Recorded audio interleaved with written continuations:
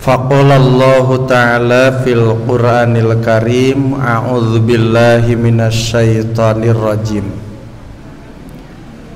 Ya ayyuhalladzina amanu ma lakum idza qila lakum infiru fi sabilillah athaqaltum fil ardi a'raditum bil hayatid dunya minal akhirah fama mata'ul hayatid dunya fil akhirah illa mata'un qalil.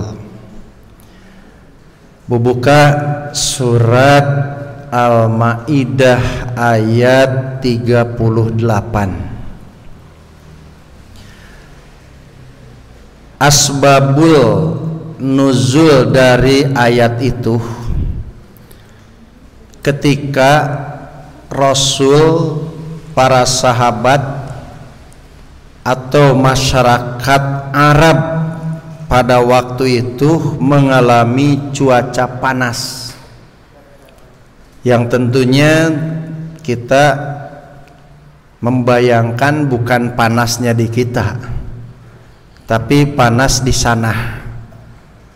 Yang namanya 50 derajat Celcius itu sudah biasa. Berarti kalau dikatakan sangat panas berarti di atas itu. Nah, cuaca panas. Kemudian ekonomi menurun. Bahkan banyak pedagang-pedagang yang mengeluh.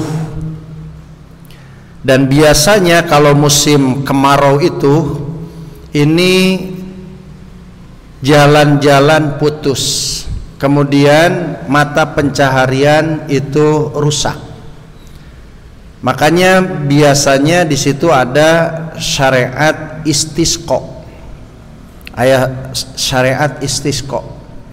Bahkan istilahnya ya istisqa dilakukan itu diantaranya sudah halakatil amwal wan qata'atis subul. Halakatil amwal itu adalah kehidupan sudah payah, yang kemudian jalan-jalan sudah putus. Jadi jangan sampai asal kemarau langsung istisqa. Pernah di kita ada instruksi istisqa, tapi cuci mobil dan motor masih jalan. Jadi teka harti lamun istisqa masih berjalan seperti itu. Istisqa sudah payah. Nah, cuaca panas, ekonomi menurun, bahkan mata pencaharian juga sulit. Nah, dalam suasana seperti itu ternyata ada instruksi perang, yang pada waktu itu adalah perang Tabuk. Sudah terbayang kalau diinstruksikan untuk perang dengan kondisi seperti itu, ini bagaimana? Ya, mungkin orang lebih tidak siap gitu ketimbang menjalankan ajakan perang itu lantaran suasana seperti itu. Maka disinilah Allah Subhanahu wa ta'ala menurunkan ayat, ya ayyuhalladzina amanu, wahai orang-orang yang beriman, malakum, apa yang menghalangi kalian, idza qila lakum, apabila dikatakan kepada kalian, infiru fi sabilillah, pergilah berjuang di jalan Allah. Coba kata Nabi, kata Allah, apa yang menghalangi kalian kalau diseru untuk pergi di jalan Allah? Sampai kata Allah, athaqaltum bil ardi, apakah kalian merasa berat untuk keluar dari rumah? Atau kalian itu a'raditum bil hayati dunya, atau sudah merasa puas dengan kenikmatan dunia? Kenapa Allah mengatakan seperti itu? Karena orang mukmin ini adalah orang-orang yang sudah dibeli oleh Allah. Dalam ayat yang lain, innallaha ishtara 'alal mu'minin, bahwa Allah sudah membeli orang-orang mukmin. Kalau misalkan kata-kata sudah dibeli, berarti tergantung yang memilikinya. Kita punya barang, kita sudah membeli barang, maka barang itu tergantung si pemiliknya. Mau dijual kayak, mau diinfakkan, mau diberikan, itu tergantung. Jadi artinya kalau misalkan innallaha ishtara 'alal mu'minin, Allah sudah membeli orang-orang mukmin, artinya ya tergantung Allah. Lamun urang geus rumasa dibeli ku Allah, Bu, artinya gumantung Allah. Rek dititah naon bae oge kudu siap. Lantaran urang geus dibeli ku Allah. Dibeli oleh Allah tapi istilahnya masih juga menolak gitu kan, barang naon teh tangaranna. Itu kan artinya sudah dibeli oleh Allah. Disuruh untuk berjuang, siap. Disuruh untuk melakukan perintah-perintahnya, ya siap, karena ishtaro alal mukminin, sudah dibeli oleh Allah orang-orang mukmin. Makanya ketika kondisi panas, kemudian apa istilahnya ekonomi menurun, kemudian disuruh untuk berjuang, kok kumaha tah karasana. Makanya disinilah Bu Pak, kalau misalkan kadang-kadang Allah memerintah itu dengan ujian ya. Sekarang ini ya pas begitu istilahnya ada jadwal ngaji hujan kan gitu. Kemudian istilahnya pas ada seruan untuk melakukan satu perjuangan, adalah misalkan ujian-ujian yang Allah timpakan, ini bagaimana? Ini sengaja untuk membuktikan mana orang-orang yang benar-benar berjuang dan mana orang-orang yang hanya sekedar tambah. Inilah makanya kata Allah, apakah kalian merasa betah di rumah, tidak mau pergi, atau merasa puas dengan kehidupan dunia? Padahal kata Allah, fama mata'ul hayatid dunya illa mata'un qalil. Tidak adalah kenikmatan dunia dibanding dengan kenikmatan akhirat, kecuali kenikmatan dunia ini adalah qalilun, sedikit. Qalilun, sedikit. Di dalam riwayat Muslim diterangkan bagaimana yang dimaksud dengan ayat kenikmatan dunia ini sedikit. Maka ternyata Rasulullah menggambarkan dengan kata-kata wallah, demi Allah, mad dunya fil akhirah, tidak ada bandingan kenikmatan dunia dengan bandingan akhirat, illa kecuali an yagmisa ahadukum isba'ahu hadhi fil yammi falyangdur bima yarji'u. Kata Rasul, kenikmatan dunia dengan kenikmatan akhirat seperti seseorang mencelupkan jarinya ke lautan, yang kemudian diangkat jari itu, maka basahnya di jari itulah kenikmatan dunia, sedangkan lautan yang luas itu adalah kenikmatan akhirat. Cing, kira-kira berapa persen? Kalau misalkan kenikmatan dunia seperti mencelupkan jari ke lautan, kemudian diangkat, basahnya jari, ini kenikmatan dunia, sedangkan lautan yang begitu luas itu adalah kenikmatan akhirat. Berapa persen? Itu sangat sedikit. Makanya inilah yang disebut qalil. Yang disebut sedikit itu seperti itu. Durasi hidup ini di dunia tidak lama kan? Durasi hidup ini tidak lama. Sampai Rasulullah ketika habis sholat isya, kemudian Nabi pernah mengatakan, aro'aitakum lailatakum fi hadhihi, wahai para sahabat, bagaimana menurut kalian tentang malam ini? Bagaimana menurut kalian tentang malam ini?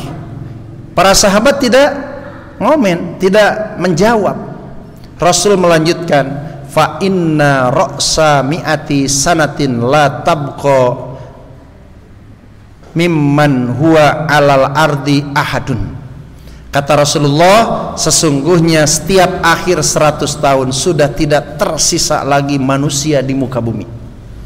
Jadi artinya manusia itu, kata Nabi, sulit untuk mencapai sampai 100 tahun. Jadi artinya durasinya sebentar gitu kan. Sedangkan dalam Al-Quran, apalagi di dalam surat Al-Ma'arij, seharinya akhirat itu sampai khamsina alfasanah. Apa khamsina alfasanah? 50.000 tahun satu hari. Bahkan di dalam surat As-Sajdah itu satu hari itu sampai dengan alfasanah, itu 1000 tahun. Itu teh satu hari akhirat. Kalau misalkan manusia lamanya hidup di dunia 100 tahun juga sudah jarangnya. Coba Pak Haji Yus di Balai Endah aya nu 100 tahun ayeuna.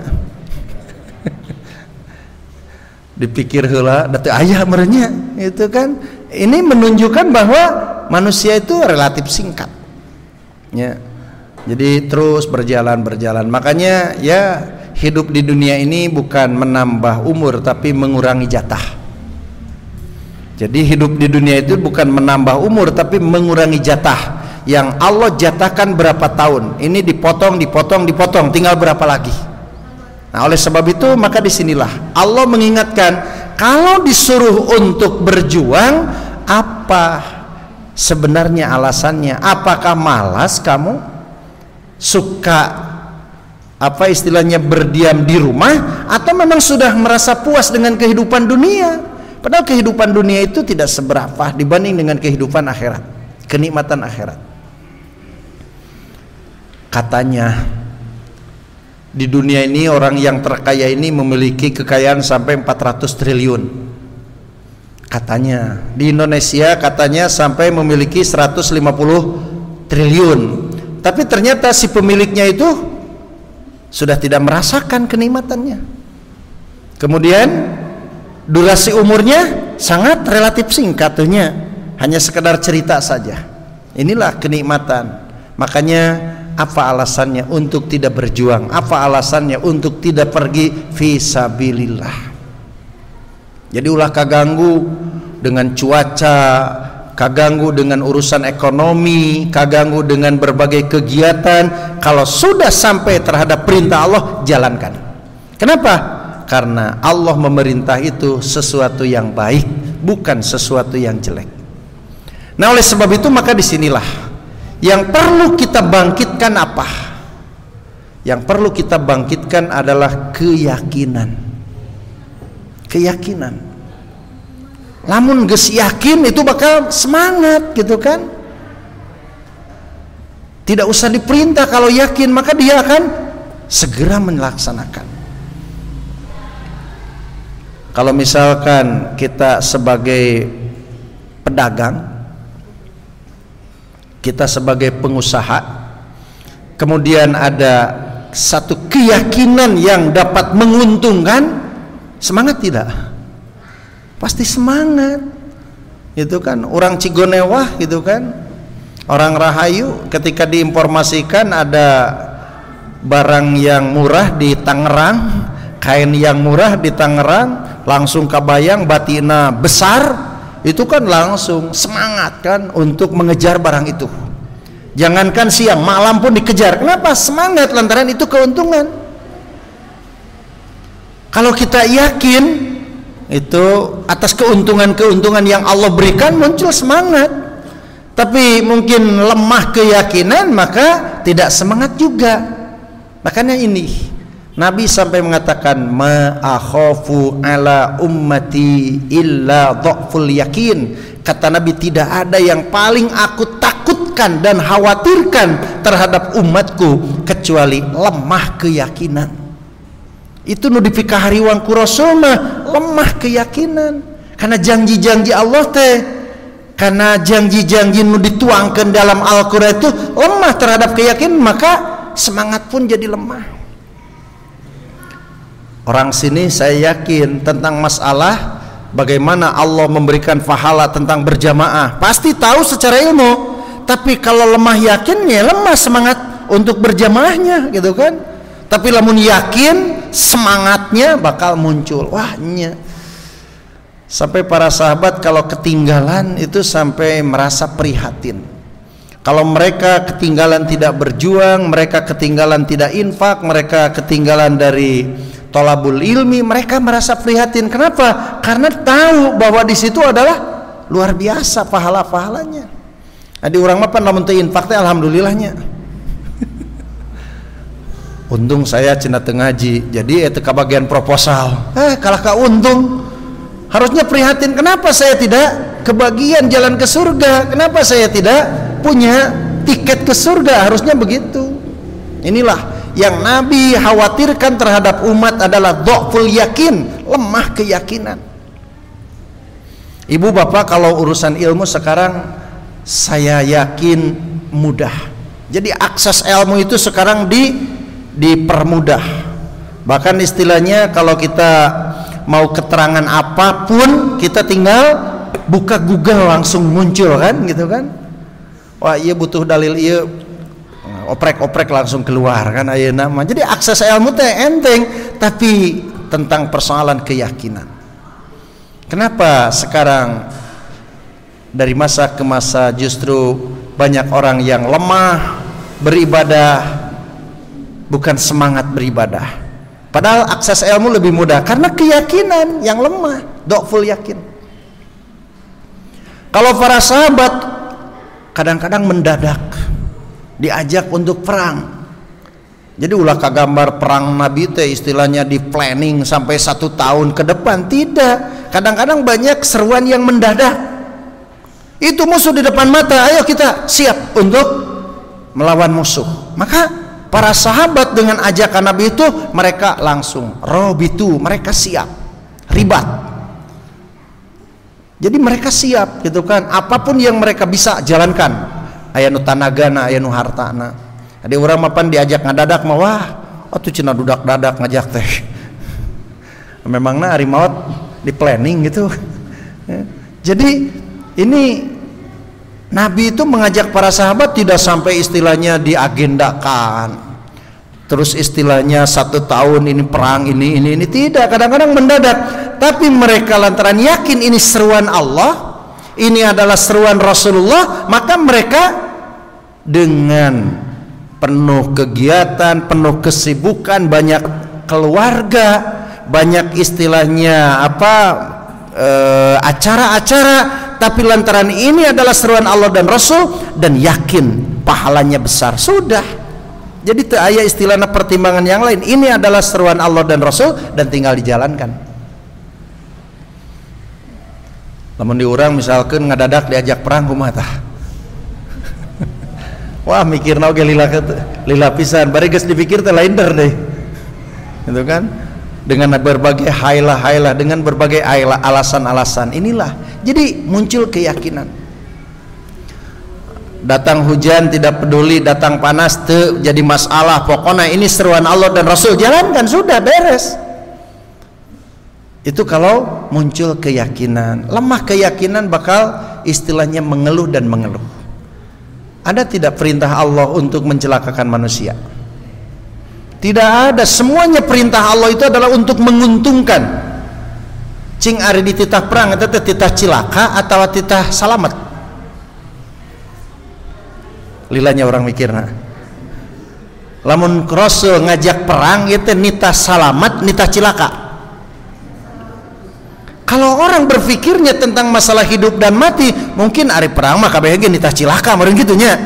Tapi tidak. Perang ini adalah justru keselamatan. Seandainya habis perang dia hidup, dia membawa ganjaran yang sangat besar. Ketika dia meninggal, maka surga gantinya. Surga gantinya. Yang kenikmatan akhirat itu seperti tadi kenikmatannya. Jadi tidak ada mau kalau pulang dengan selamat dengan rebok membawa pahala, kalau dia meninggal maka dia adalah syahid dan dia dapat surga. Bagaimana pendukung-pendukungnya seperti anak dan istri sama dapat pahala. Udah berjuang atau didukung atau mau bisanya. Suami berjuang tidak didukung sama istri mau der teh. Gitu. Rek ini rek mana Pak? Hari balik mawan naon. Itu kan. Atau misalkan istri berjuang tidak didukung, sulit juga. Jadi dengan si pendukung-pendukungnya itu sama mendapatkan pahala. Makanya berjuang tidak bisa tanpa dukungan keluarga. Para sahabat kalau misalkan tidak didukung dengan keluarga, mustahil bisa ikut dengan Rasul. Abdurrahman bin Auf sampai istilahnya bro-broan materina karena perjuangan Rasulullah, mun teu didukung ke keluarga mau bisa.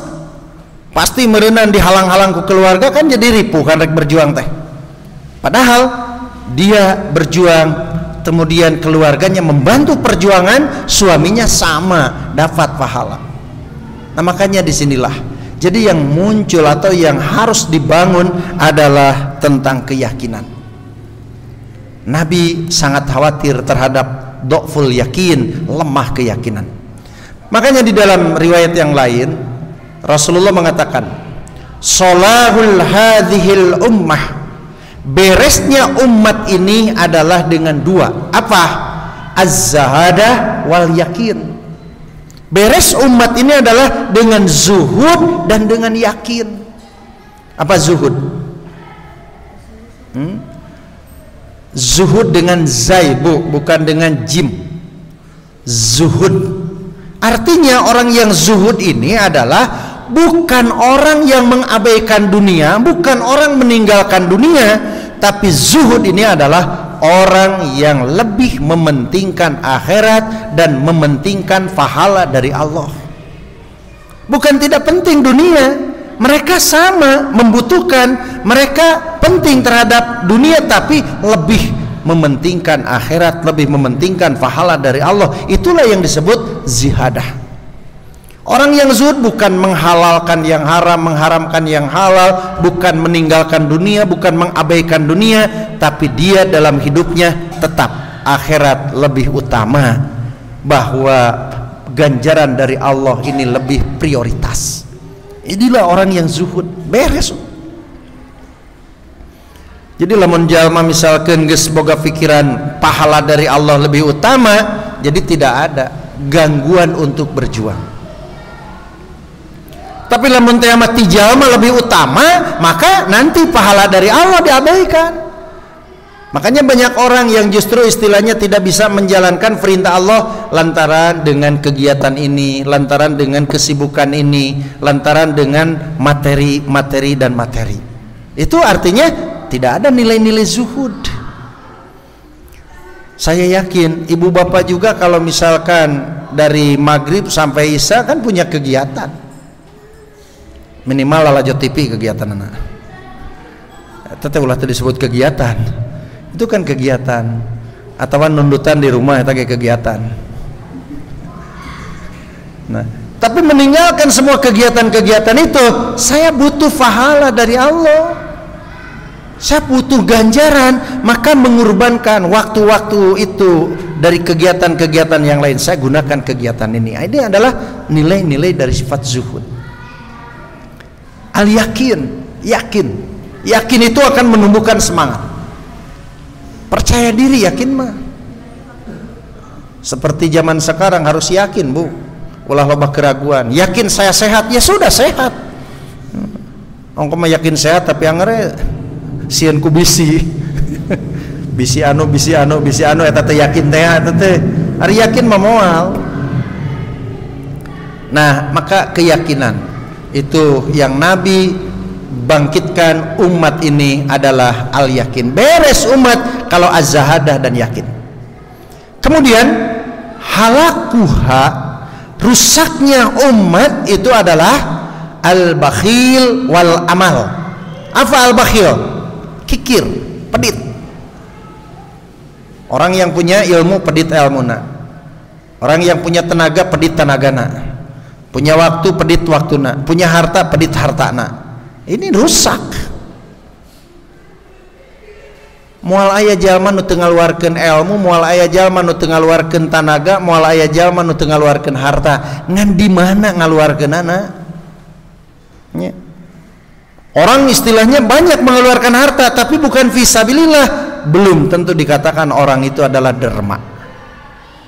Tapi ketika orang banyak mengeluarkan fisabilillah, itulah orang-orang yang derma.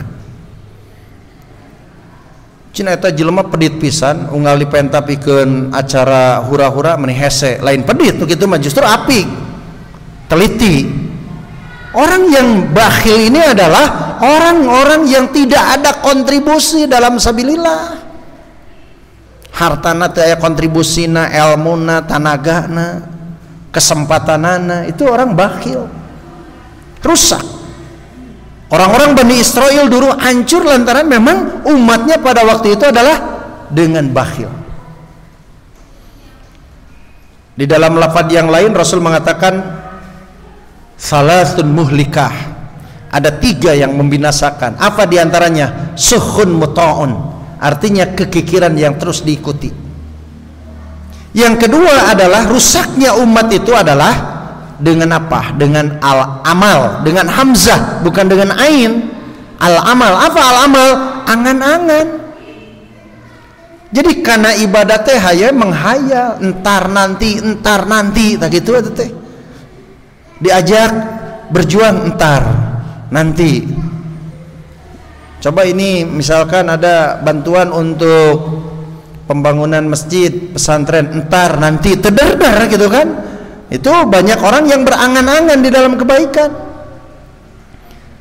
Kan aya jalma teh kelah cina saya mah ikut berjuang geus pangsiun.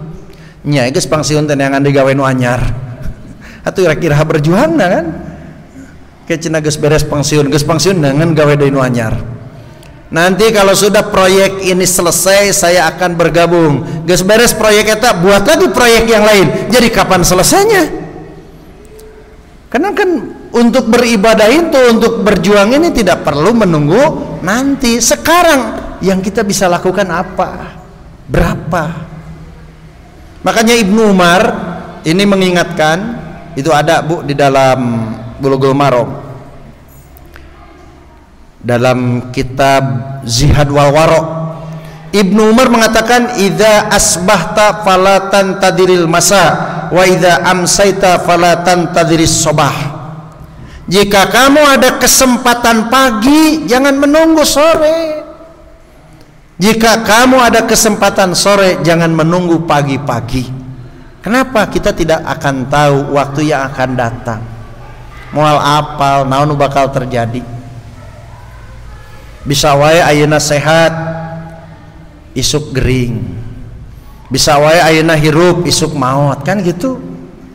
Bisa saja sekarang ada kesempatan, besok tidak ada kesempatan, kan tidak tahu. Sesuatu yang akan datang itu tidak akan tahu. Makanya di dalam surat Luqman itu diterangkan, di antara 5 kegaiban yang tidak akan manusia tahu adalah la tadri madza taksibu goda. Kamu tidak akan tahu apa yang akan dilakukan oleh kamu besok. Walaupun sudah diagendakan, walaupun sudah direncanakan, walaupun sudah dipersiapkan, ini tidak bisa kita memprediksi. Ayat keprediksi tahun 2020 tidak ada yang bisa berangkat ibadah haji. Kan keprediksi sebelumnya. Bahkan istilahnya sudah dipersiapkan bahwa tahun 2020 pemberangkatan itu sampai apa istilahnya berangkat. Bahkan istilahnya rencana awalnya itu ditambah kuota, kan begitu. Indonesia itu ditambah kuota. Sampai istilahnya yang harusnya misalkan 200.000 itu ditambah. Ternyata ini rencana tinggal rencana. Kemudian rapat di mana-mana untuk menambah kuota dari tiap provinsi, dari tiap kabupaten dan kota. Teh hiji acara nu bisa indit, Pan? Bisa diprediksikan tidak? Pan kaasup anu gelede duit teu biasa rani indit. Jangankan istilahnya yang reguler, anu jalur khusus itu tidak bisa. Tuhnya, jadi orang teu apal masa nu bakal datang. Makanya kalau misalkan ada kesempatan pagi ya jalankan, jangan sampai entar sore. Kita tidak akan tahu kapan atau istilahnya apa yang akan terjadi masa yang akan datang. Makanya disinilah jangan sampai kita menjadi manusia-manusia yang al-amal, apa? Berangan-angan. Berangan-angan. Kalau misalkan ada kesempatan, ya kita mampunya sekian ya sekian. Kailah geus gede gitu. Geus gede teh jadi lebar. Jadi teu tulus. Nu leutik henteu tungtungna nu gede lebar. Jadi duanana henteu kan. Coba kalau misalkan ada sekian ya sekian, sudah selesai gitu kan. Nah inilah. Jadi yang Nabi khawatirkan adalah yaitu dhaful yakin. Dalam riwayat yang lain kata Nabi, hancur atau selamat umat dengan zahadah dan yakin. Hancurnya umat adalah dengan al-bakhil, dan al-amal, berangan-angan. Oleh sebab itu maka disinilah Allah Subhanahu wa ta'ala mengingatkan, ya ayyuhalladzina amanu la tulhikum amwalukum wala auladukum an dzikrillah wa may yaf'al dzalika faulaika humul khasirun wa anfiqu mimma razaqnakum min qabli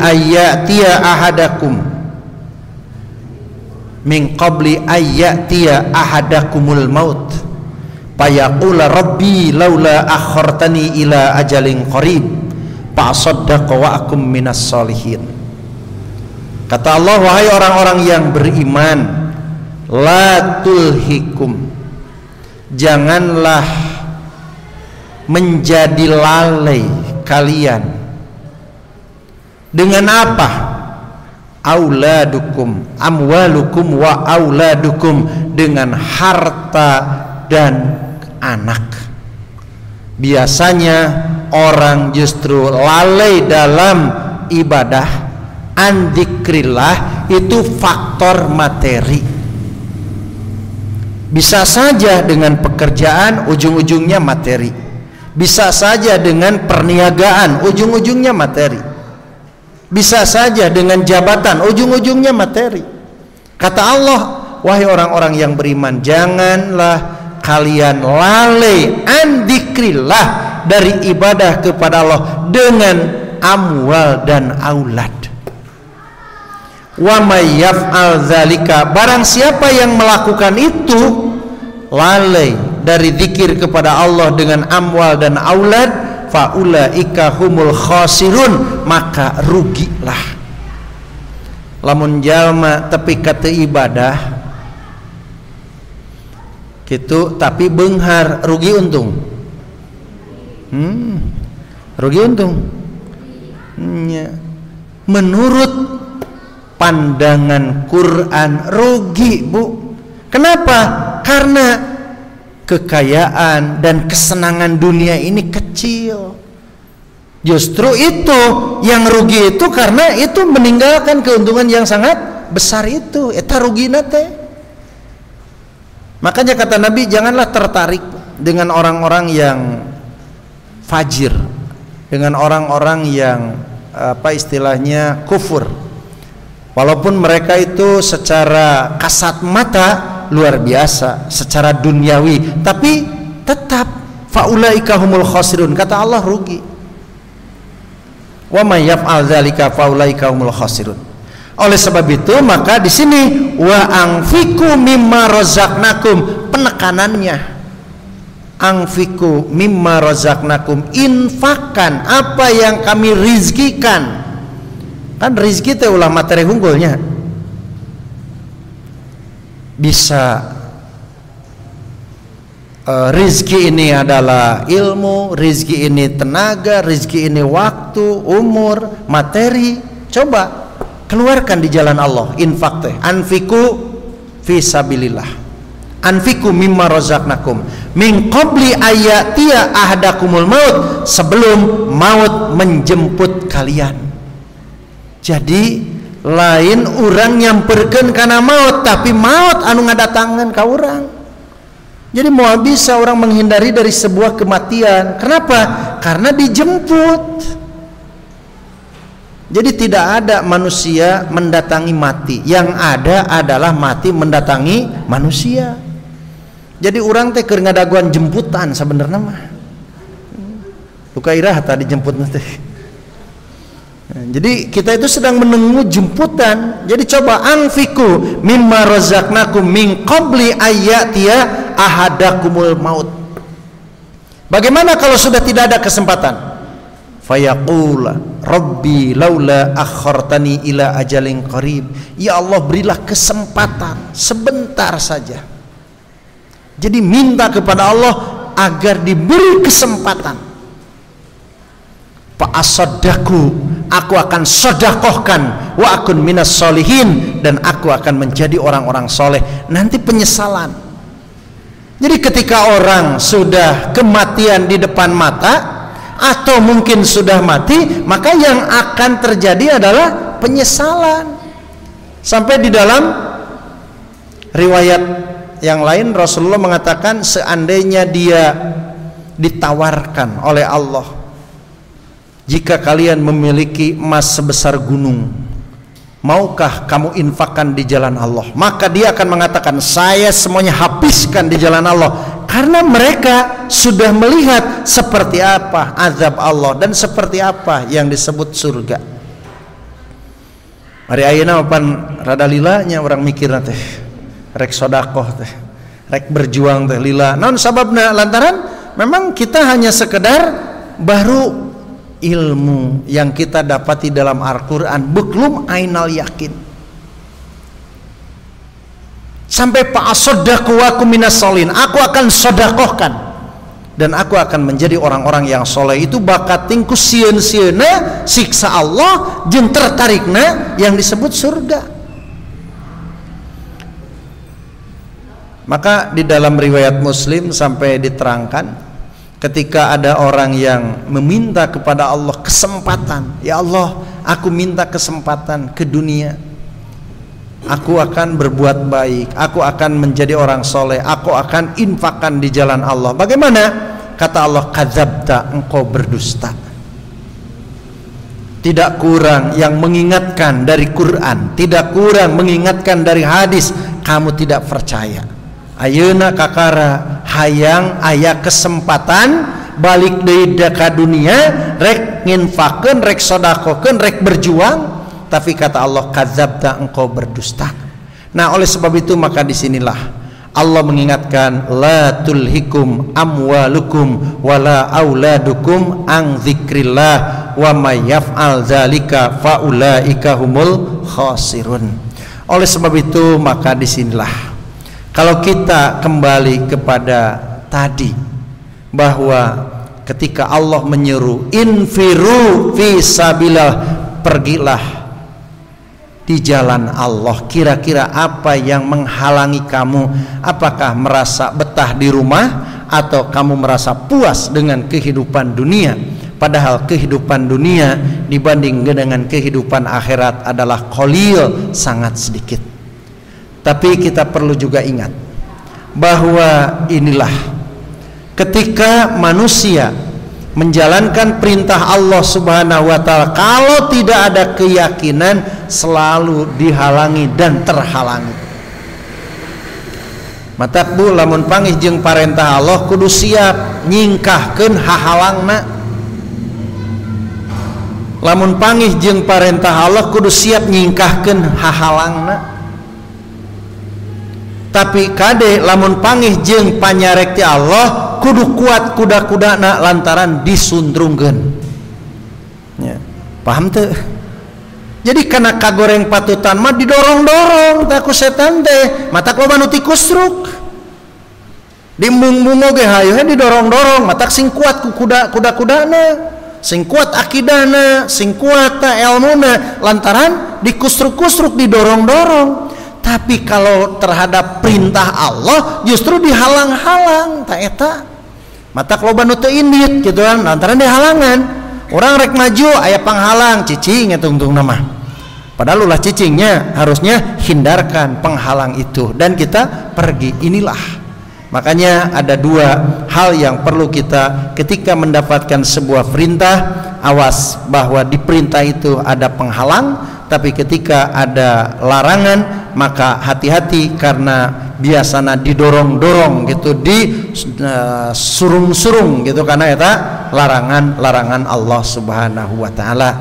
Nah, mudah-mudahan materi yang saya sampaikan yaitu awas bahwa berjuang pasti ada penghalang, tapi penghalang itu bisa kita hindari ketika kita memiliki keyakinan yang kuat terhadap janji-janji Allah Subhanahu wa ta'ala.